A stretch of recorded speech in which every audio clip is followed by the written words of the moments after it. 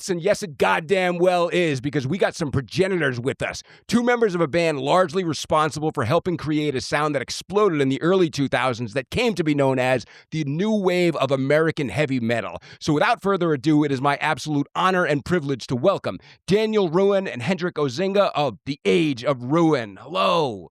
What's Hello. up, Spew? Oh. Thanks for having us here. It's an honor, man. Thank you for being here, because the weather sucks terribly out there right now. Oh, it's terrible. It really, really is. If anybody could see this, you'd see the sleet and the ice and the snow. Yeah, we're so sick of ice around here. Aren't we? Aren't we all? Aren't we all? So, okay, your first release was in 2001, your first official release. That means you survived the MySpace era, the Scene Kid wave, the Gent explosion. I want to know, how does that make you feel? But also, how did you do it? Well, so technically this band started in 1998. So we are from the last century, from millennia ago, right? And we put out a demo in 1999. Followed by our first self-release in 2000. 2001 was when we put an EP out with Tribunal Records, which would have been the first thing that really took off. That was called Autumn Lanterns. And really just tenacity. We love playing music, and it's what we identify as, as musicians. So it's not a matter of how did you do it. It's how could we not do it? Metalcore meant something very specific back then. Does it still have that same meaning for you today? I think it depends on, I think there's several different versions that people familiarize themselves with as far as it comes to metalcore. I think it has kind of evolved a bit, depending on like what scene or person you're talking to. I think what's really interesting is when this band really started, we were heavily influenced by metal, but we were really a hardcore band. We identify with punk rock values, DIY, just like hardcore, all of the same values. And we, all of the bands that I looked up to as a teenager were in the hardcore scene. Damnation AD was a big one, because they also would, they were very metal influenced. And Earth Crisis was another band that was very metal influenced, Integrity. And we started to latch onto these bands because we loved the metal sound, but we didn't really identify with the maybe the culture of that. And at the time, that was new metal was very big. I'll get to your question in a minute, because I think that the way that the genres have been defined over years have evolved a lot, and they've kind of absorbed elements from neighboring genres, but in the same sense, there's so many more genres, like subgenres of subgenres that are identified today that it's, you can almost open up a dictionary at this point with all the different genres of descriptions of music. So what I've seen happen since then is that new metal is now coming around, and a lot of independent artists are, as well as grunge, the things that the type of music that when we were teenagers and they were huge and they were exploding in the music scene, we're seeing those come around as in the underground independent scenes, where this generation is drawing from those bands, those influences. Metalcore today seems, maybe from my observation, it seems like it's got a lot of what we would call emo influences from the early 2000s. So it's, and granted, that was there all along. I mean, we're probably guilty of it too, but wearing the white belts and the tight pants and all that stuff from the metalcore back in the day, that was obviously like an emo influence too. But I think I've seen it sort of draw a little bit more and more in that direction. And some of the genres, the descriptions, the labels are no more than that anymore. You can certainly, I think you can bundle or, lump different bands together in these genres, but I think you will see a lot more overlap these days than being distinct like it used to be. It is kind of weird how a band like, let's say, I Prevail. Do you know the name? Okay. Of course, yeah. Okay, I Prevail is looked at as metalcore, but so are forefathers like Shadows Fall. Mm-hmm. It's so I guess that is an example of evolution. That's a perfect example, and that would be at the time, I remember in the 90s, I would go to the local record shop and just ask these guys, I need more of this Swedish stuff, right? Because I heard of At the Gates, who just dropped a new single yesterday. It's killer. But I had just heard At the Gates and I needed more. And I wanted more of In Flames. And In Flames, their first record just celebrated, 30 years, I think. Lunar Strain I think was dropped in 1996. So we were hearing these bands and getting influenced by them, Entombed. And Shadows Fall, I believe it was 2 members of Overcast. That was a hardcore band that, we saw play in Baltimore. And awesome, man. I love Overcast. Yeah, they were great too. So those are hardcore kids that were influenced by metal. And we just started to see that evolution. What I noticed at the time, I think, just remembering back, was a little bit of resistance from the true, what we would call like the true hardcore scene. That metal stuff didn't belong there. Maybe it was like that was the sort of division in scenes. I was saying before that those lines have really kind of blurred lately. But yeah, you're man, Shadows Fall. We played with them on tour in like 2004, just randomly on an off date, and that was killer. Got to, I mean, Shadows Fall, All That Remains, Age of Ruin. Shit, who are some other like godfathers of the birth of the American new wave of American heavy metal? I mean, you're right up there. Yeah, I think a lot of there was a few labels that were really influential. Tribunal was a label we were on, and Prayer for Cleansing was at a lot of North Carolina bands that had that sound, where with the harmonized guitars, and then you get these really heavy breakdowns that were very metal influenced, a lot of double bass. But there was a lot on the East Coast. We had Unearth was just kind of coming up at the time. That would be another one I would probably reference. Between the Buried and Me was out of that same scene. Yeah. And boy, today they I don't know if I would call them metalcore anymore, right? They're like so jazz and progressive metal influenced that I dropped off of Between the Buried and Me after, what was the album with? You Have a Way with Words. Actually, maybe that was kind of their first like a full official release. I was one of those people who like I'm sad to say this now. When a band started to get big is when I was young at the time, right? But when a band started to get big, Unearth is a great example. Okay, but like, what do you think it was that turned hardcore kids like yourselves into metalheads? What, like, besides just okay, there's something new, there's something different that we haven't been exposed to before, death metal, brutal death metal, things like that. I mean, it had to have been something about all of it that took you from hardcore, like, Gorilla Biscuits, Youth of Today, all the forefathers and everything. Even if you liked Earth Crisis or you liked Hatebreed and stuff, what was it about metal that started turning you on to In Flames, Dark Tranquility, et cetera, et cetera? I would say for myself, a lot of it was metal can be a little bit more complicated musically, and as you evolve as a musician, you want to play stuff that challenges you. I mean, that's what I like about playing with Daniel is we challenge each other. We have some stuff that we like that's very same. We have some stuff that's very different. And then we bring out different stuff by playing that stuff. And that's what it is for metal for me is punk can be simple, and metal kind of brings out some of the more challenging aspects of music. But I think it's cool how a lot of these hardcore kids that turned into metal bands, right, didn't just completely go straight to Obituary or Morbid Angel. You brought with you, and Age of Ruin, this, you did this. You brought with you a lot of the hardcore characteristics from the music, and you created a new sound prior to really 2000. You didn't hear that melodic hardcore with breakdowns or with gang vocals, So was that done because you were so ingrained in hardcore that you just couldn't get it off your skin? How did that happen? I would say for me, the musician in me is driven towards metal.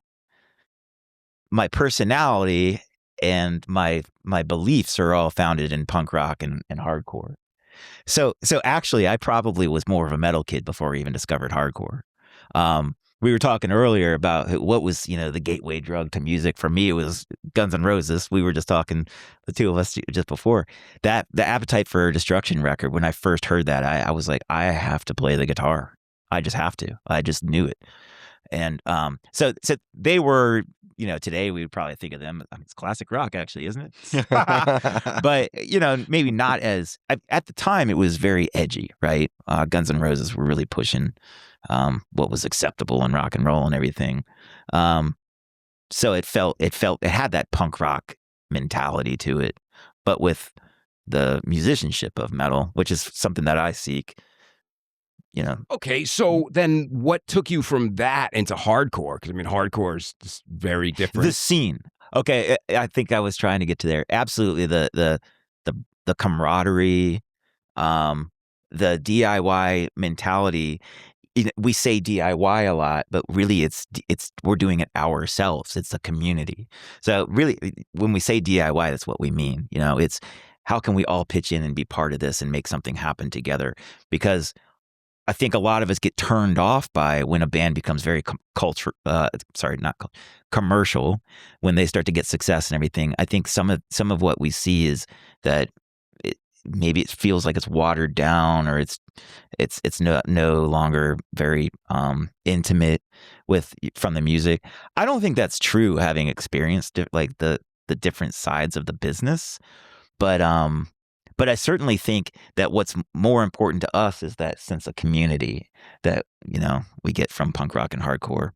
So it was kind of something that before you really entered the scene, it was something that you just admired. You admired the everybody in one spot, kind of looking like each other, doing the same thing, enjoying the same things. Was there a bit of, before you were really accepted into the scene, was there a bit of like wonder about it before you really knew much about it? Was it like, what the hell am I experiencing? This is so new and I want to be a part of it. Yeah, sure. That was when I was young. I had a neighbor across the street, one house down, who played the drums. And when I was super, super young, started playing Iron Maiden and all sorts of crazy Anthrax and stuff like that around. And so I was definitely exposed to metal really, really young. But because of him, he started playing in bands in high school, and I would go see his band play. His first band was called First Offense. And then after that, he started a band called Darkest Hour, which is on this shirt right here. So that was you. Oh, they're from DC. They're from DC. So they actually rehearsed in the house across the street from me when I was 12 years old or whatever. So I got to go over and kind of like through the windows, like listen and watch those guys play. And I think because of those people being in my life, I was exposed to hardcore, and then they would take me to shows. I'd follow them in my car or whatever, and that's how I got into it. I think everybody has a different story of how they were introduced into punk rock, but really, at the end of the day, I think it comes down to this realization that you can actually do this yourself. You don't have to be in Los Angeles playing at the Troubadour to make music. Like, you can do this in your backyard. You can do this at a VFW hall down the street, It's like what you're doing with this show, which is great. Thank you. Yeah. So goddamn much. And what you have here, what you've built here, looks not only professional and awesome, but it looks like we belong here, right? So I think that's that sense of DIY. You come from that background too, and you know that you're just gonna poster your room with all the shit that you love, right? This band White Zombie, we're talking about hardcore and punk. Here's a commercial success band that had more influence on me than probably anything else. Really? In high school, I used to go, I saw that band play 3 or 4 times. I used to jam that Astro Creep record just nonstop, right? And funny enough, that's influenced how I play guitar today, right? Just the way that Jay played those riffs, and the aspect that to me it was, yeah, this is metal. But keep in mind that White Zombie, Los Exorcisto had more technical guitar writing on it. guitar solos and stuff. By the time they evolved into this record, it was about the song. And that's what HENDRIK was talking about before.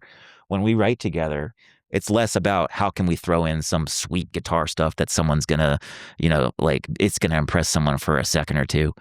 It's more about how is this song gonna be more lasting.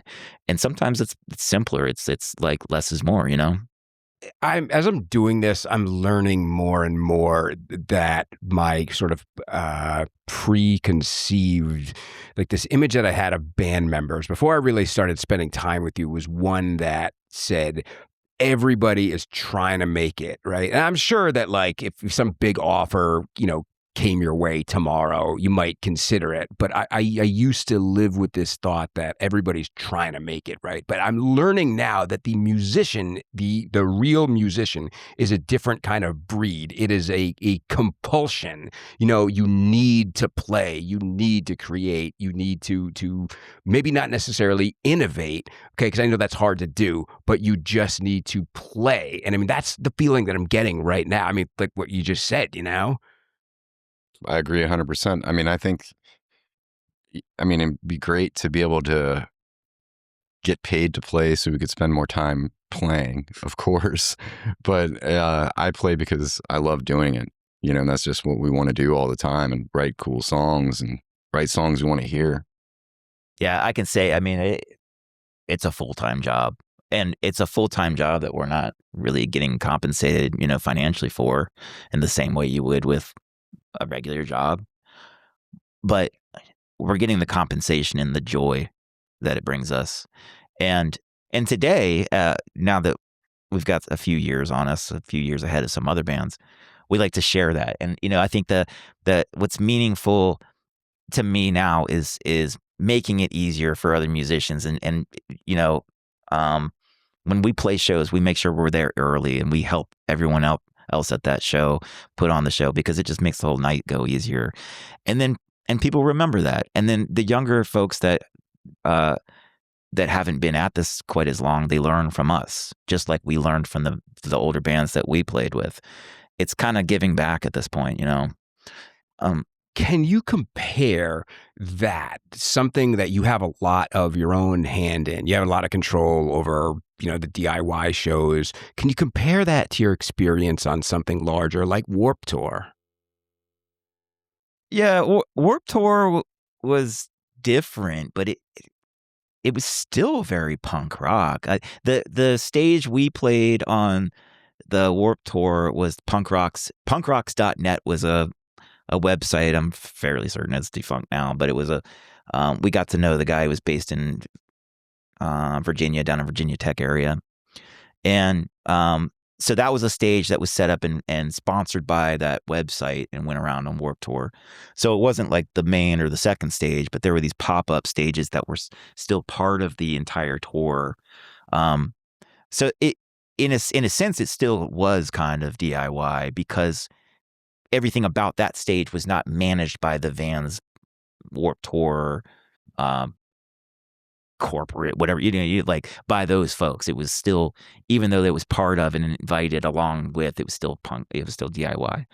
But I think that, in terms of the difference between like shows like that and the smaller sort of local shows is just that the day is very long, and you have to, as musicians, have to remember to take time to drink water and eat and rest some too, because it can be a really, really long day. But generally speaking, they're very similar. I think we try to share, our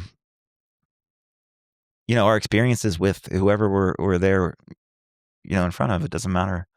That surprises me to hear, because I was fully prepared to get the Warped Tour. They abused us. They misused us and everything. We were just used as, a logo on a flyer and everything. So it's really cool to hear, though, that you had. Well, I mean, I think a lot of bands, even if you're being ripped off or something, are still going to have fun, right? I mean, that's still, like, you're going out on tour at a young age and everything. It's still going to be a very fun experience, But to also hear that some of the organizers that had a hand in it were actually helpful, and you didn't feel like you were just thrown to the wolves, and so much so that you were given, you know, some rope to work with and everything, you know, some like leash and stuff, and I think that's pretty revealing after the fact. You know, at the time for us, it was more about the opportunity. You know, we were there. You know, we weren't big enough probably to be on either the stages that would whatever, but it was the opportunity, and that meant because we were a band, we were there. We still got backstage. We still could, you know, eat at the same tent as everyone else and everything.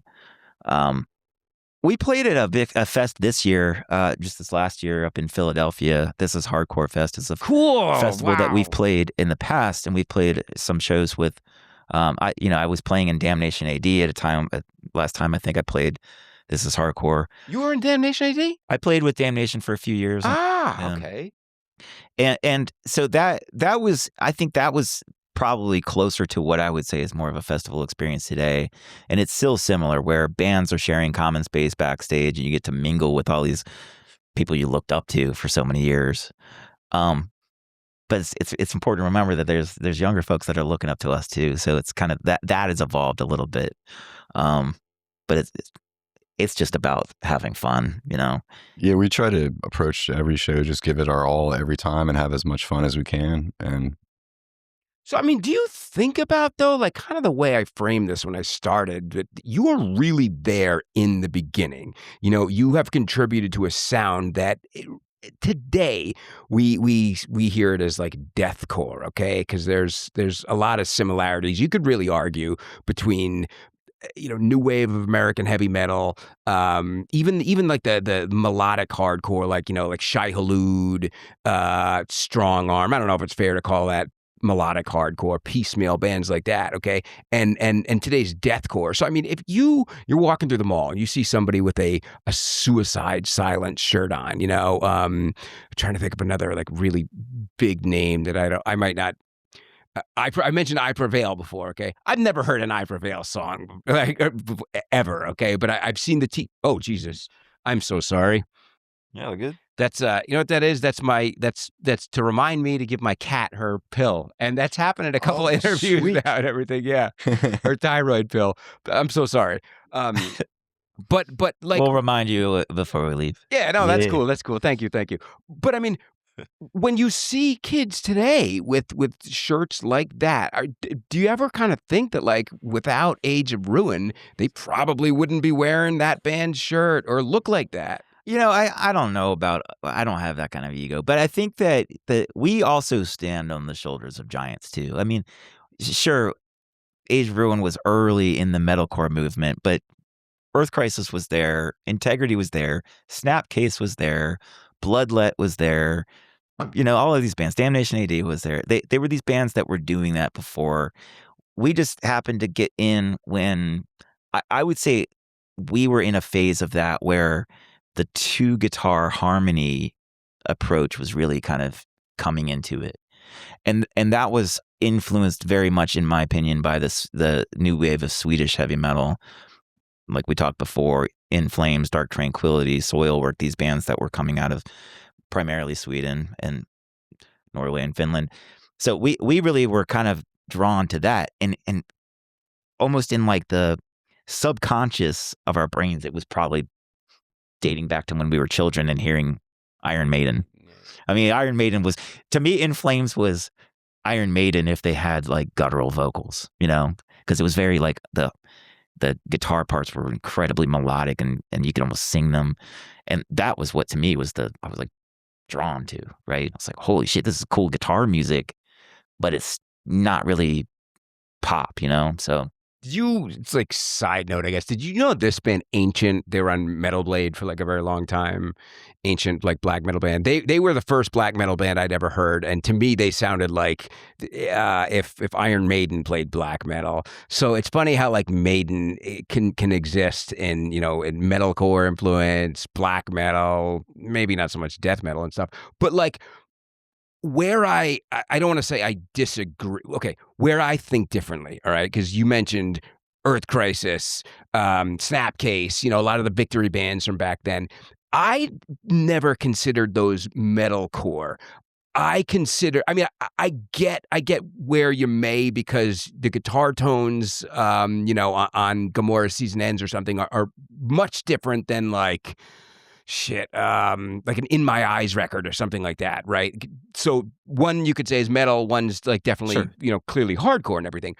What I really considered to be metalcore was, yes, like the Shadows Fall, All That Remains. I grew up around all these bands, so I'm trying to think of good examples. That's a really good distinction. I go to the quintessential to me would be Hatebreed. And that is Really? yeah, because I would consider that metalcore because they have like the chuggy breakdown, chug, like, but the sort of like the doo-pah parts, like the punk, dance parts. So that's why I would think of them as metalcore. And the bands you're describing, I would just go more just straight metal. But that's back to the point at the beginning that like the way these genres have kind of the lines have blurred. Shai Hulud doesn't really have breakdowns, right? Like in the same sense that a hardcore band would.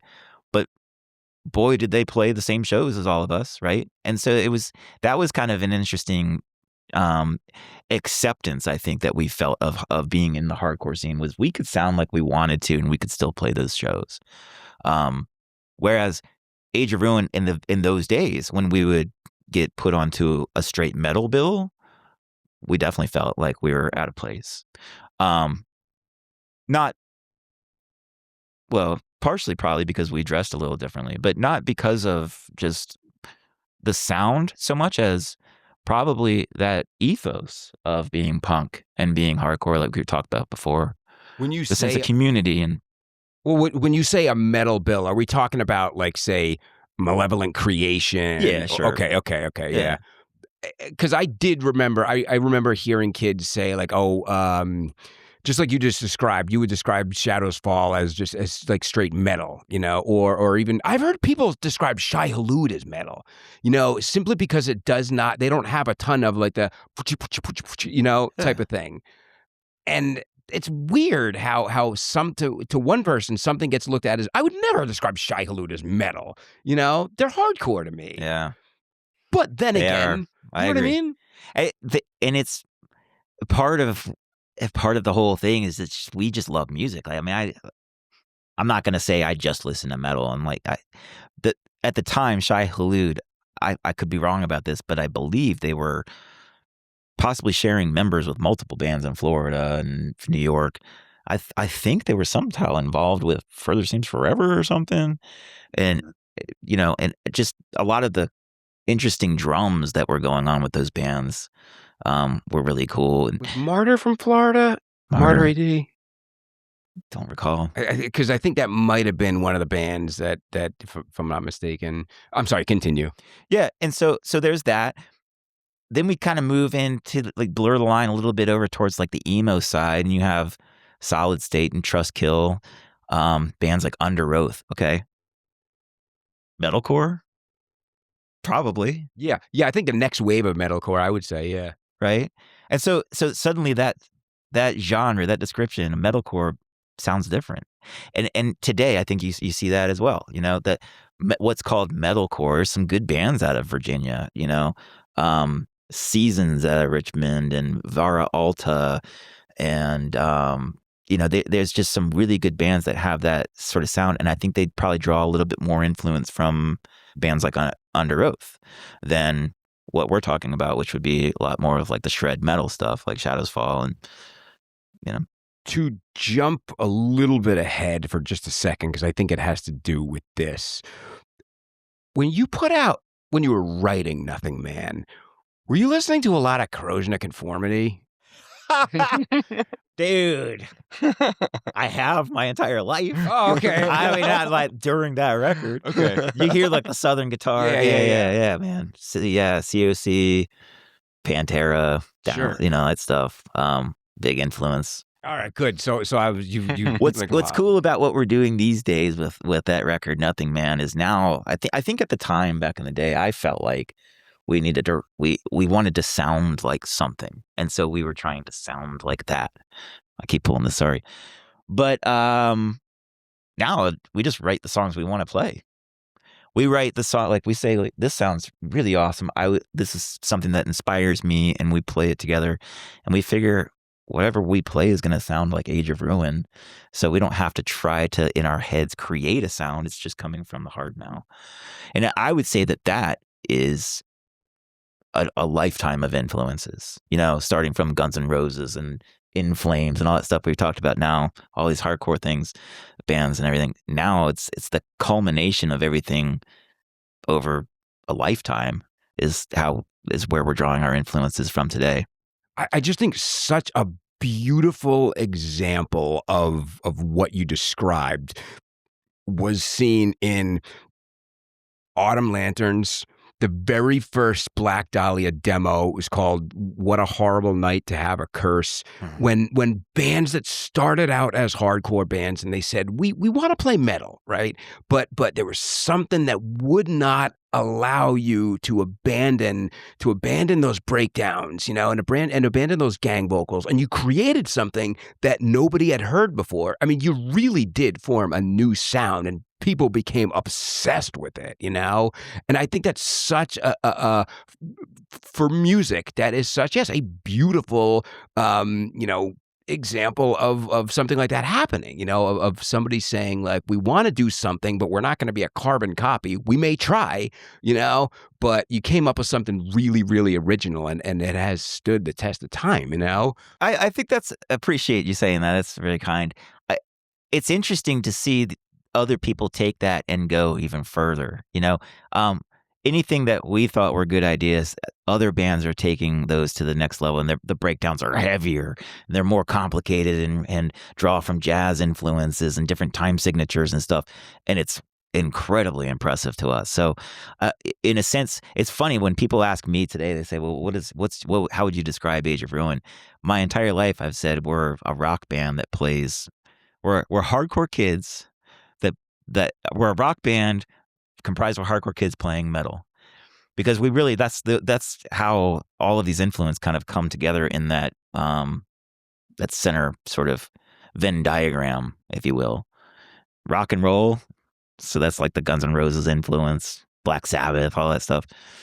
Metal, like we've been talking, in the hardcore ethos.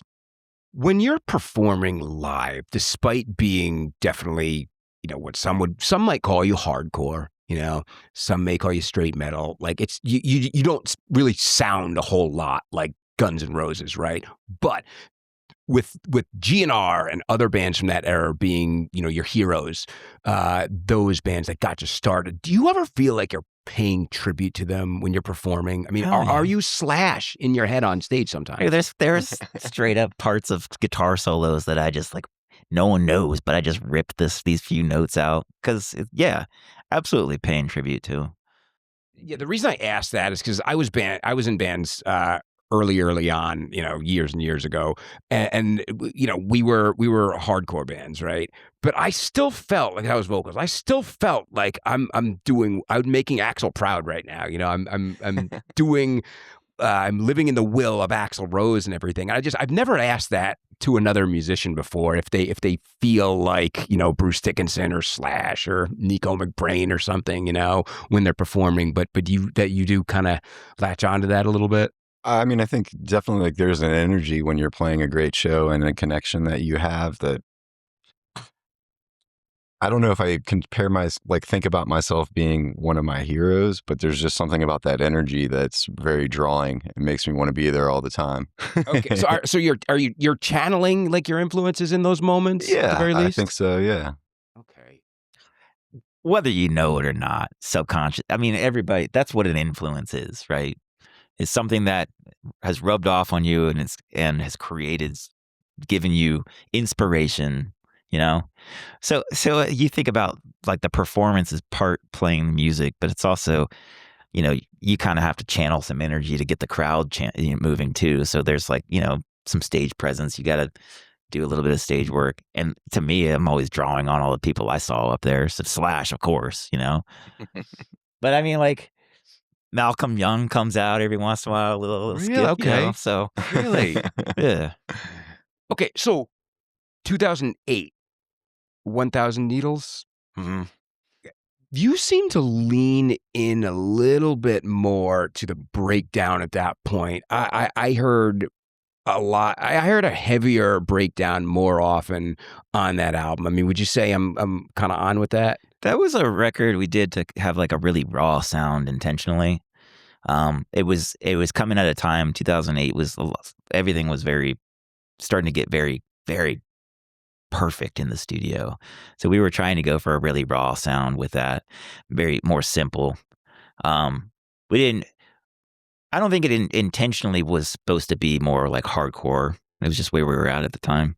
Yeah, because I wondered if that was like if you were almost going back to your roots in a way, not as like twin guitar, not as like, harmony and stuff. And, precisely, yeah. Okay, and it was, you wanted to bring back some of the pummeling. Yeah. Yeah, no, I mean it's a great record. So leading into Nothing Man, when we were thinking about all of these different influences, and like I said, we just started writing songs. We like this. A lot of the songs that the ideas, the kernels that became those songs, parts of those riffs had been written over a decade, probably or more. But it was all about, we were thinking about all of these different, like, should it sound like this? Should it sound like that? And I think we eventually stopped even caring. It was, here's another riff. This sounds awesome. Does this fit? Yes. So some of the Southern influences you were talking about before, like the COC stuff, I think the song Lost in Shadows is the third track on Nothing Man, draws a lot from that Southern sort of influence, right? The guitar solo on that, the drums are very like, heavy and deliberate and pummeling with the 6/8 in it. So I'm not sure that the breakdown was something that we wanted to get away from that sort of sound at the time, but it certainly was the influences we were drawing from at the time were very hardcore. Like I said, we just were going for something very raw. That's probably just how it ended up sounding. Okay. Do you think then, as long as we brought up Nothing Man, do you think Nothing Man would have been as accepted in 2008, as it is today? I mean, would you have been into the idea of releasing that record in 2008? Because I feel like metalcore and even hardcore, there were periods of time where you were not allowed to experiment or stray. I mean, I think about some of the bands now, like there's one that's very popular called In Harm's Way. Mm.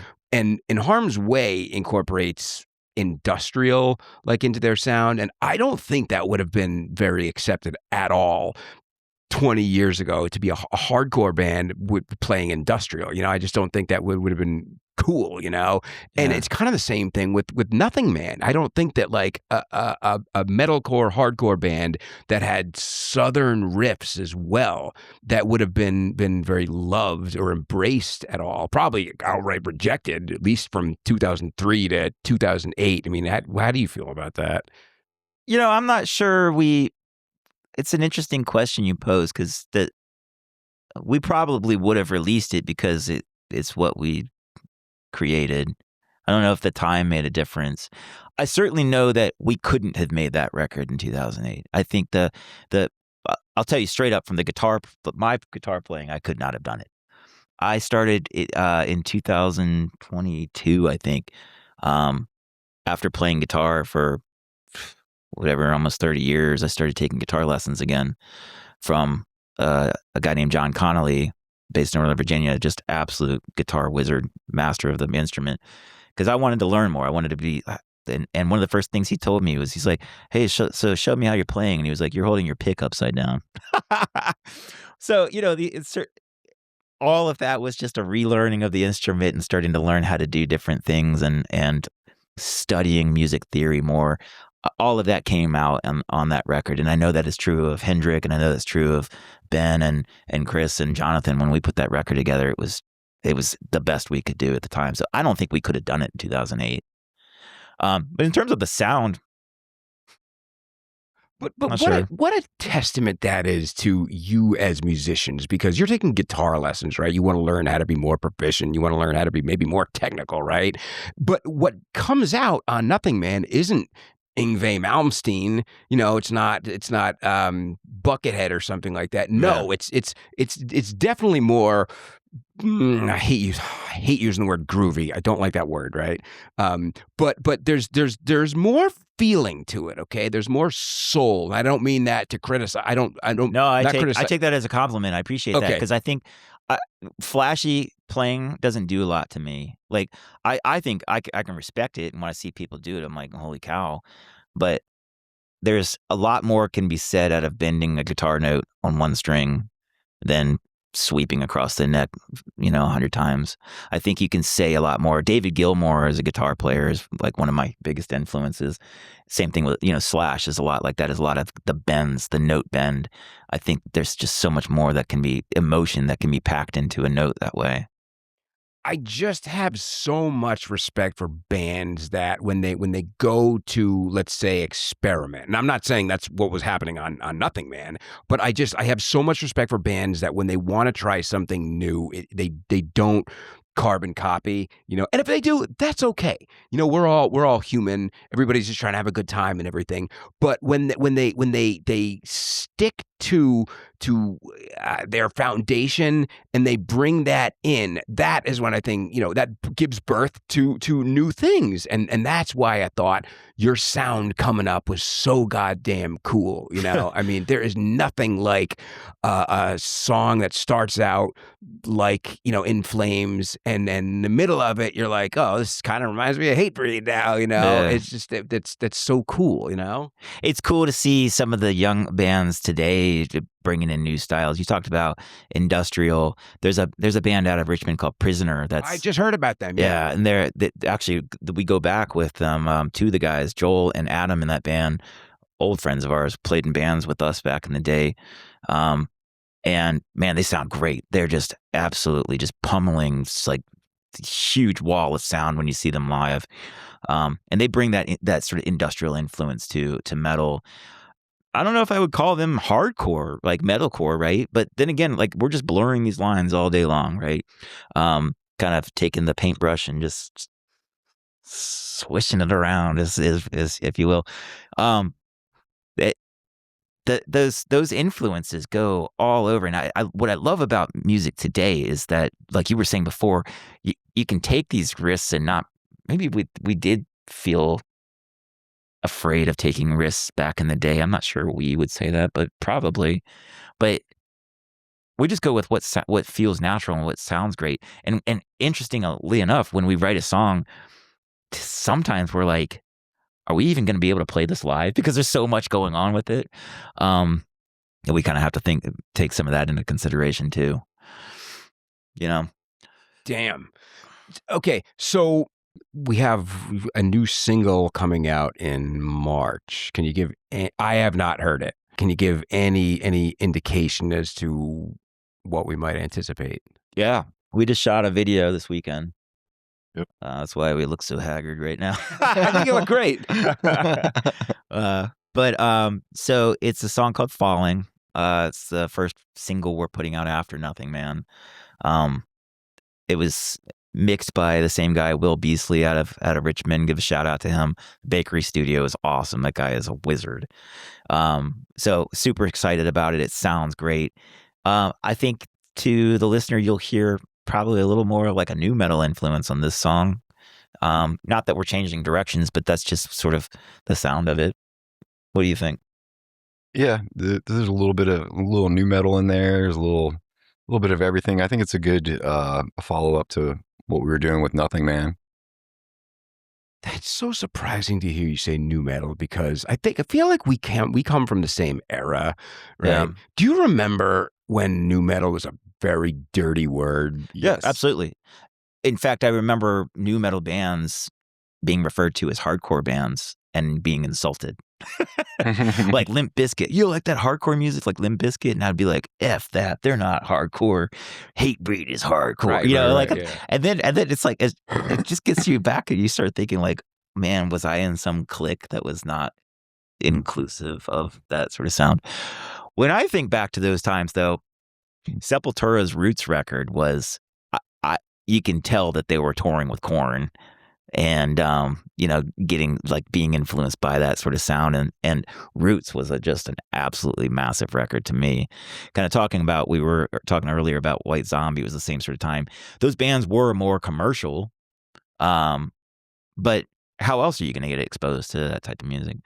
So in ways people think of that record and Deftones as having that sort of early influence on nu metal, and then it became kind of like a dirty word. It started to be like, well, Coal Chamber, they're not talented, are they? Yeah, hell yeah, they were. But what a weird way to be kind of elitist about the music, I just remember people calling the new wave of American heavy metal coming and replacing nu metal, because if you remember, really, goddamn, I think it was 2000 and 2001 were very important, but also specifically the New England Metal and Hardcore Fest of 2000. Did you ever play that festival? We never played it, but I went a couple times. Oh, okay. Oh, we were probably there at the same time. Yeah. That year, I think 2001, because The Haunted came over. Oh God, I was trying to think of some other foreign bands. I don't know if I was there that year. I went. Was it 2002? Killswitch Engage played. I think 2002. Yeah. They might have also played in '99, which is the very first year. But yeah, I'm pretty sure they played in '99. I didn't go that year, but 2001 I think was very important, because at that point, that is when we saw later on in the year, I'll never forget it. I was so pissed off about this. MTV had hired somebody to kind of, they hired like an underground guy, right? To go check out these shows. There's something going on in the underground and we want to get ahead of it and stuff, and he was going out to do these sort of exposés. I don't remember the guy's name. It wasn't Matt Pinfield, but he was also bald though. Oh yeah, Matt Pinfield. Remember Matt Pinfield? Yeah. And he did a whole thing on The Haunted, and I'm like, son of a bitch. I'm like, that's my band, okay? Why are they now on MTV? All of hardcore and metal, there's going to hell right now and everything. No, but the reason I bring that up is because that was a lot of hardcore kids saw The Haunted at that show, and I think that was really there's something really cool going on over in Europe, and we're hardcore kids, but maybe we want to give this metal thing a chance. Because at the time it was sort of like when you hear about in the 80s, it was punks and who were the nemesis for the punks in the 80s and the Mods. Oh, the Mods. Okay, yeah, the Mods, right? And that's how I kind of feel like it was. The preps, the jocks, the greasers, the soches, and everything. And that's how I feel like it was for a long time, at least in New England. In the late 90s into early 2000s, it was the hardcore kids and the metal kids. They didn't jive, but at one point they started to jive together, and that's really what we have today and everything, Yeah. Were there divisions like that in DC? Oh yeah. Boy, were there really? DC was a very exclusive scene. Yeah, it's hard even today. So many subgenres, and what's cool at the moment. I mean, kind of talking about nu metal. I think it was. What wasn't cool about nu metal probably for most people was just that there were so many bands copying it. It wasn't that style wasn't kind of cool. I mean, there was some cool bands that did it just like any style. But then people get so specific with what they want to listen to. I think that's a great thing about nowadays is people are kind of opening themselves up to all kinds of different genres, Just all kinds of different music I like. Yeah, I agree with that a lot. I think what I talked about earlier about the influences just crossing over and these just blurring lines of scenes, I would say the internet had a huge impact on that. Back in our day, in the 1990s, it was you could be in a band and you could play in your local scene, and then maybe a band came down, let's say from New York, and you played with them and you got to be friends with them, and they said, hey, we should bring you up to our scene and you play there. So then you get offered a show and you play there, and then the same thing might happen in Philly. But if you think about it in a weird way, you're still isolated. Even though you're playing in New York, Philly, all of a sudden you're still in the same bubble. Because back then it was all about meeting that person in person, and maybe there's a a distro. They brought all of the tapes and CDs from bands in their area, but it's still just kind of like that genre. And so we weren't really, in a way, we felt like we were making it because now the shows are getting bigger and there's more people coming. Well, we really were part of just kind of a bubble, like a isolated sort of scene. So the internet really opened that up, both in, I think, a really healthy way for me because I got to be exposed to all sorts of different music that I never would have. You know, we're a straight metal band. We love melodic death metal.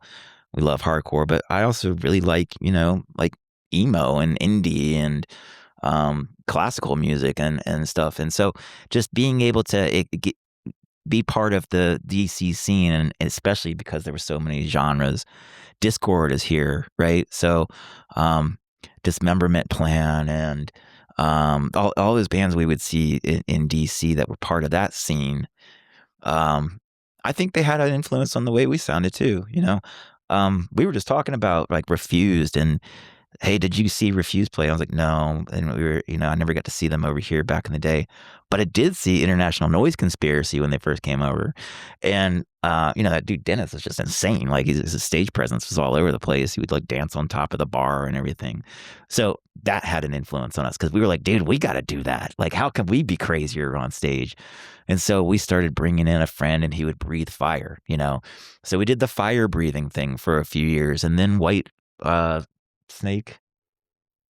White set some, they had an accident happen and a big, club burned down and people were killed. And, so then as soon as our fire breather guy would start doing his stuff, the venue would come over and be like, you can't do that, So it certainly changed how like our performances would go. And we had to start thinking of other ways that we could, impress people. At the end of the day, it's really about the music, Do you think one of the reasons why the hardcore scene, and I'm including all the genres underneath that, I'm just talking about the hardcore scene, the DIY lifestyle, but with bands, the hardcore scene. That includes the metal bands, grind, crust, all that kind of stuff. Do you think one of the reasons why it has stood the test of time is because people get a sense of fulfillment from it? I mean, you described putting on your own, doing your own like tricks and everything, you just took it upon yourself we're going to breathe fire and everything, and people that went to those shows thought it was cool. Venue owners at the time allowed you to do it and everything, right? Do you think one of the things that keeps people so hooked to hardcore is the fact that you feel it so included? I mean, you may not get the parallel I'm trying to draw here is this, okay? You make it big, right? They'll send you out to LA, all right? You're going to get all the drugs you want. You're going to get fucking, I don't know, maybe they'll lease you cars and everything, You're living big time, okay? You got to get money coming in and stuff like that. Tons of people surrounding you. I mean, it's an exciting lifestyle. But to a degree, you get a lot of that, minus the big, goodies and stuff like that. You get a lot of that in the scene. I mean, you're surrounded by your friends. They support you. They're there to pat you on the back and everything. Do you think that that's like why some people say, fuck it, I don't need to go out to LA. Everything I want is right here. 100%. What LA offered the musicians at the time was a concentration of a lot of people and a culture that really respected the arts and promoted the arts, right? So I think that's why it grew up like it did. Hollywood being out there probably had a lot to do with it.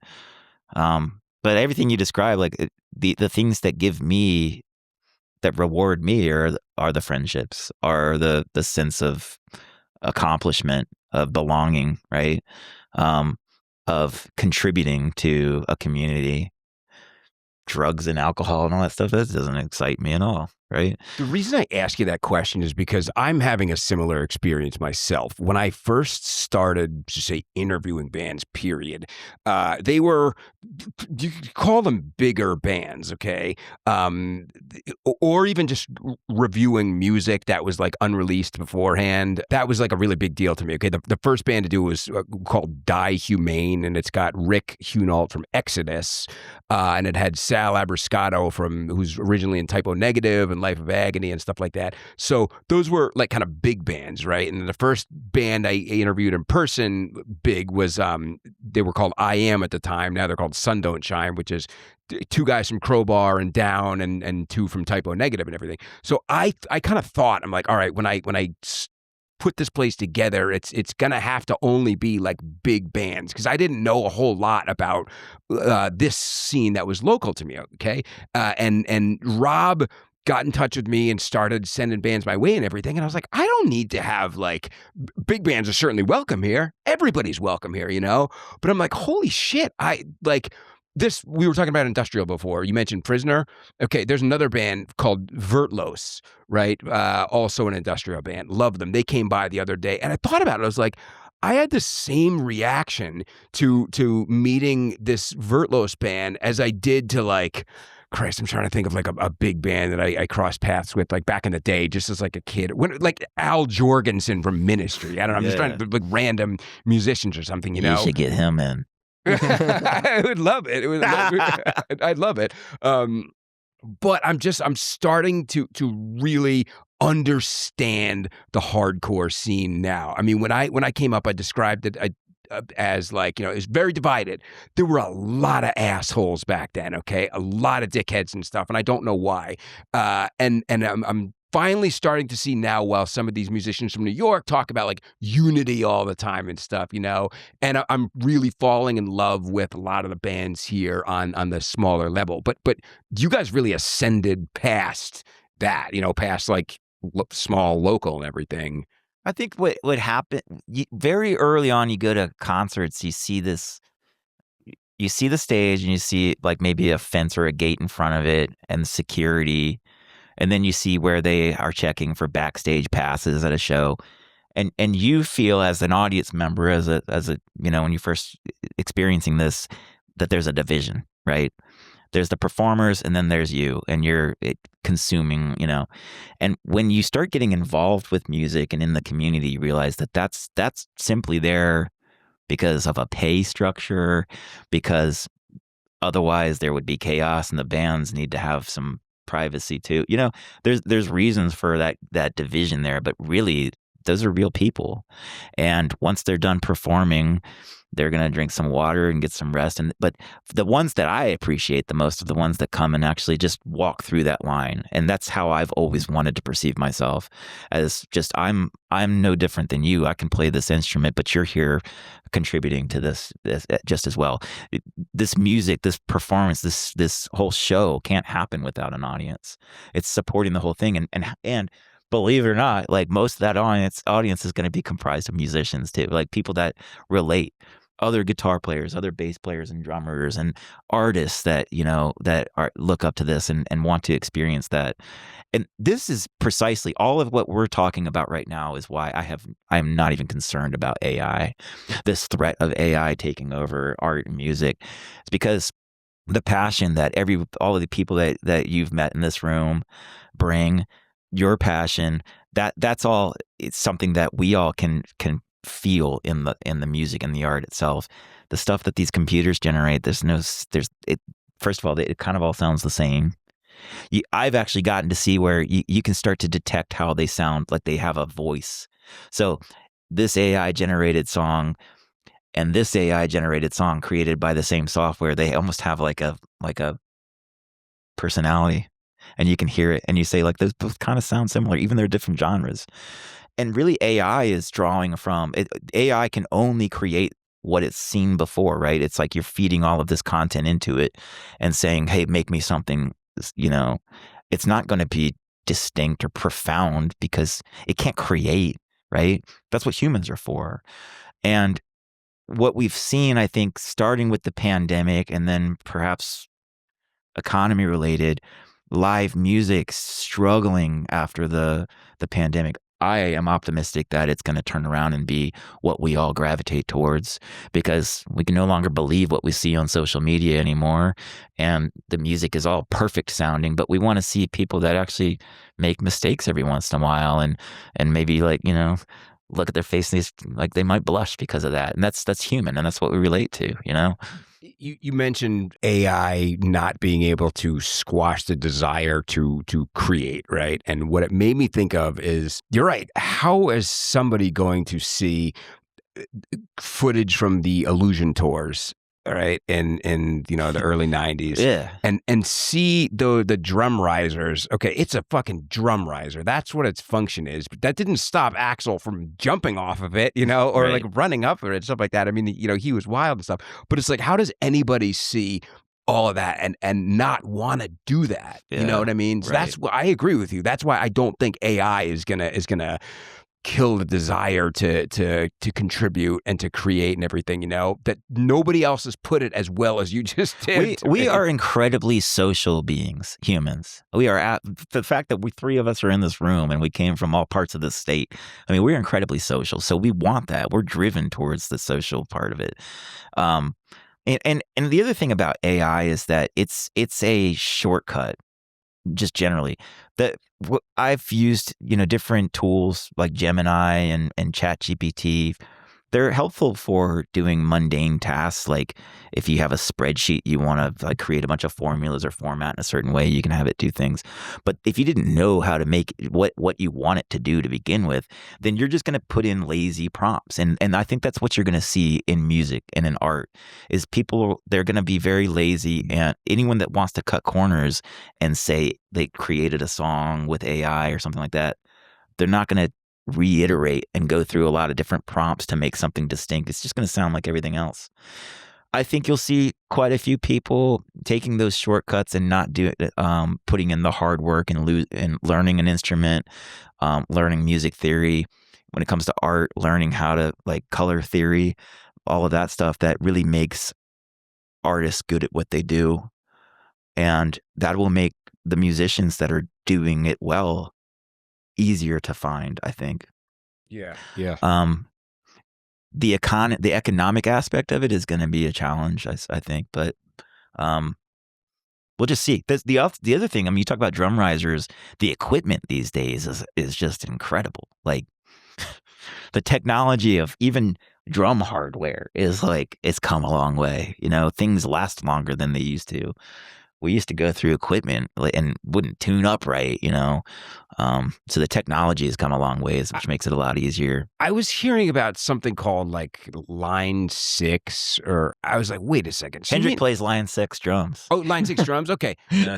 Wait, isn't like Line 6 is a guitar, yeah. It's an interface kind of thing, right? Mm-hmm. Okay. I first learned about it, and then I was like, wait a second. So you mean to tell me that you could, if you wanted to get up there on stage without any amplifiers, all you'd need to do is plug into this Line 6 thing and just run that through the PA? So that means that like you could perform up there and you got all the space in the world because there's no amps on it. Is that true? It's true. Yeah. Again, it's just technology. So that there are big differences. I am still old school. I still play through a full stack. Yeah. So you got a Marshall cab over here. Thank you. I appreciate that. That's great. We would play through another one on top of that. The movement of air from all of those speakers on the stage is something that we desire. To the audience, unless you're a professional musician, you might not notice that. I can tell when I'm watching the band. Like when you're up on stage? It's a feeling. No way. When you hear a guitar player going for feedback, trying to get feedback out of the amp, that's done by the sound coming out of the speaker and going back into the pickup or like a microphone, and it creates an infinite loop. And so that's where you get feedback from. And you wouldn't get that if that's part of the reason why they go to these modelers, is that you can control that on stage and everything is controlled by the front of the house. But what if you want that? What if you want that nasty sound? You can't, it's not as easily done. I hate God would be screwed without that, because they use a ton of feedback, and where are they going to get it from at that point? Those guys play through big ass amps. Okay. Yeah. Right? Yeah. So, there, I mean, but you can also put one of these things, I mean, it's probably the size of your laptop and a little thicker, in a backpack, fly to Puerto Rico and play a show. Okay. So there, there's trade-offs, yeah. for sure. would you ever be tempted? Oh, go ahead. One other thing about the Yeah, Line yeah. 6. So Line 6 has been around for a long time, easily since we've been playing music, 1990s. But back then the technology was not good. It did not sound like an amp, right? And so talk about tenacity, a company that really stuck with it, despite getting everyone knew they were subpar. I mean, it is not good equipment. It just didn't sound, it sounded thin, sounded fake. Today they sound like you wouldn't be able to tell.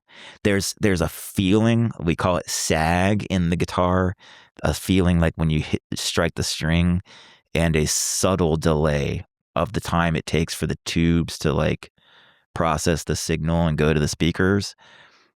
That sag is missing, but today they sort of emulate even that. So it's gotten to be pretty good. It emulates that, really? Yeah. Wow. Who's the other one? There's another one that's big besides Line 6. I think is a big competitor. Quad Cortex. Oh, yeah. Quad is a big one. Cortex. Line 6 makes the Helix. Okay. And then Fractal is another company that makes something called Axe Effects. Fractal is what I think. They're the three big ones. Fender came out with one called the Tone Master Pro as a floorboard that's in that same, and then there's scores of copycat companies coming out with them. How into the idea are you in like experimenting with some of the new technological developments? I mean, if it was something that really intrigued you, a sound that you don't think you would be able to create like on your own, would you be tempted to, all right, let's bring in this new piece of equipment, let's try it out? Yeah, I mean, I think with technology there are some tools that help, like the convenience of recording and stuff like that. But there's some things you can't replicate, like Daniel was talking about, the analog tube sound and stuff like that. There's just, we're willing to try certain things if it's going to make it better, but if it's not really going to help convey what we're trying to do, then. Yeah, the technology, think about what a synthesizer is, right? I mean, even in the name, synthetic, right? It's fake. So if you're playing a synth, does that mean you're not really a musician? No, that's not what that means. Sound is what it is. There's only 12 notes, and an octave is 8 octave. So there's 7 full, like whole notes in that, but then there's, half notes in there. So you really only have 12 to choose from. So in order to make music, we have to find different timbres, the different tones or sounds, to emphasize things, and that's where music gets personality. That's why you can say something sounds like it's Middle Eastern, not because they're still drawing from those notes. I mean, they have quarter tones, but you know what I mean. They're still drawing from the same notes. But the notes they choose matter, right? And what's playing the notes matters. When you strike a string on a guitar, there's the instant pluck, right? But then you get that decay of that note. Same with a cymbal, you get that decay. Some things will decay really fast. So like think of a harpsichord, it's ting, and then like the note goes away. A piano allows that note to last longer. They sound different, right? And I think that's what you get out of a lot of these synthetic instruments today, is that you get sounds that you wouldn't normally have access to. Virtual instruments are a thing on computers. If you're recording, you can play with MIDI, but those MIDI notes are actually making a sound from a synthetic organ or, what have you. But in terms of the technology, if you got there driving a 1969 Camaro or a 2022 Prius, you still got there, right? Yeah. You still accomplished what you needed to do. It's just how you decided to do it. You talk about mixing. There's something that I stumbled upon called no input mixing, and it's not anything I don't think that could be done. Okay, I'm gonna sit down and I want to write just a 3-chord song. No input mixing is literally like it's I think tapping on mixers. And you're miking it up with whatever you want, and it's creating it. Yeah, it's creating like loops and stuff like that. But it's really not music. But there's something so goddamn intriguing about it. It really truly is. It's an electronic type of thing that you never be able to duplicate it. You know, it's maybe you'll call it improv or something, but no input mixing. I always ask people about that because it seems like it's so like I'm not gonna call it underground, but really, really like niche and everything. Because I know there are some people out there that like and listen to a lot of it, and you know, so I always shop that around. Like, have you ever heard of this no input mixing That's thing? cool. I haven't heard of that. I'll check that out. It is really cool. It is cool. I think I could see what you mean. So, like, if you twist knobs and it starts feedback, that probably creates a pitch. That's exactly what it is. And Yeah, yeah, that's exactly what it is. There were a couple like videos on YouTube of you may call them like expositions. It's this one guy out in Japan who's known for it pretty well, and people go to watch him like perform this. You know, it's pretty cool. How are you with the term cash grab, right? Because we were talking before about like authenticity and when it comes to the studio and playing live and stuff like that. How are you with cash grab? What does that mean to you? What do you mean by that? Not sure. Let's say like a band just going like a sellout, like going after the cash. Yeah, let's say. I mean, I heard. Okay, great example. I heard people call the latest Misfits reunion tour a cash grab. Right? Okay, yeah. Well, if anyone said that to me, I would say you should look at my bank statements for the last 10 years because I lose so much money playing as a musician. I mean, so much money, right? But how are we in terms of like other bands like that? I don't know. I mean, they still have to eat, right? And I think what we would want from a band like the Misfits is to do something new and novel. I've seen them play, and if they came through DC, I probably would skip it. You know? Really? Yeah. It depends who they played with, right? But I've seen them. I don't know. I've seen the Misfits 6 or 7 times probably. So what would I get out of that? What I would go to is to see my friends play in a Misfits cover band. So, like 100 times before I would go see the Misfits again. The reason I asked that is because that accusation seems to get thrown at bands a lot from fans, right? Or like not musicians and everything. But then somebody brought up a pretty good point, and they're like, "Wait a minute, isn't work period a cash grab?" Yeah, it is. But you think like take Black Flag for example. Like Greg fired the band and then hired a bunch of young folks that had. I remember there were a lot of folks on the internet talking about that. Had that sort of appearance. They're young too, aren't Very they? young, The yeah. replacements, yeah, they're very young. Yeah. Yeah. Same thing could be said of. I mean, how many times did Black Sabbath or Ozzy Osbourne go on like a final tour? Right? Was that a cash grab? I don't know. I try not to get too worried about what other people are doing and just focus on positivity. It is business, right? I mean, there are certain aspects to music that will be business decisions that maybe as a fan you can't understand or you wish that musician hadn't done.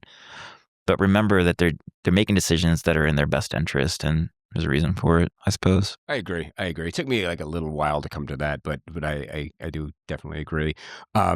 Okay, so Falling is the next single, and that will be part of a bigger... Okay, Falling is a single. I think we're probably going to have that just on its own. We're dropping a few singles this year while we're working on new material for a follow-up record to Nothing Man. So we're in the game. You can expect more of us over the next few years for sure. But the material we're working on, we want to spend quite a bit of time with. Falling was a song that we had more or less finished last summer. We want to keep some material coming out. So that'll drop. I think a few months after that, we'll have 2 or 3 more following, and then we still haven't really figured out, because we're still in the songwriting phase, when we're going to target getting into the studio for the next full record. Okay, so you're not sitting on the follow-up to Nothing Man right now? No. We have a lot of material that's, I mean, truthfully, probably 30 to 40 songs could come out of it. But of those 30 or 40 songs, now we're really fine tuning and grabbing the ones that are really like, this one speaks to me. I got a really great vocal hook for this. And so now that we're getting close to getting that sense of, okay, we know now we're good to go. So I think anyone knows, once you know, it's time. So until then, we're gonna put a few singles out and continue. We've got a lot of shows about to announce. Some festivals this year we're playing. We'll be going down as far as Florida later this year, and but immediately we have a show in West Virginia on the 7th in Martinsburg, West Virginia, at a place called Tilty McFlippers, just like a pinball sort of fun venue. That one is with a bunch of bands: High Horse Cavalry, Digression, Disfigure, Blazener is a band out of this area, out of Fredericksburg. If you heard of, you should get those guys in. They're great. They just dropped a new EP of cover songs. It's really good. Oh, they're welcome here. Blazener, you know them? Blazener, Jumpin' Jack Flash. They did that one. It's a good song. Cool. So they're playing that one, and then the following day we'll be in Richmond at the Canal Club. We're playing with Filth and Blackwater Drowning. Friends of ours called Shovelhead AD are playing that show. Okay, sure. So, and Die Standing. Blackwater Drowning, that reminds me of band. Shout out to a bunch of my friends up in the Northeast, Deadwater Drowning. There are some people that contend they were the first ever deathcore band. Okay. Yeah. Because the singer went on to sing for a lot of other bands, like Through the Eyes of the Dead. You know that name? Yeah. And he was in a bunch of other Turmoil, like the hardcore band. Yes. And like he was in Turmoil? Yeah, for a short amount of time, yeah. But Nate Johnson was his name, and I don't know what he's doing now. Turmoil a bunch. Yeah. He was in Turmoil for little while. But Daniel, Hendrik, we've covered what I think was a pretty good amount. But I want to know from you, is there anything that I have failed to ask you about, or to maybe kind of pull out of you that you would have liked to have disclosed?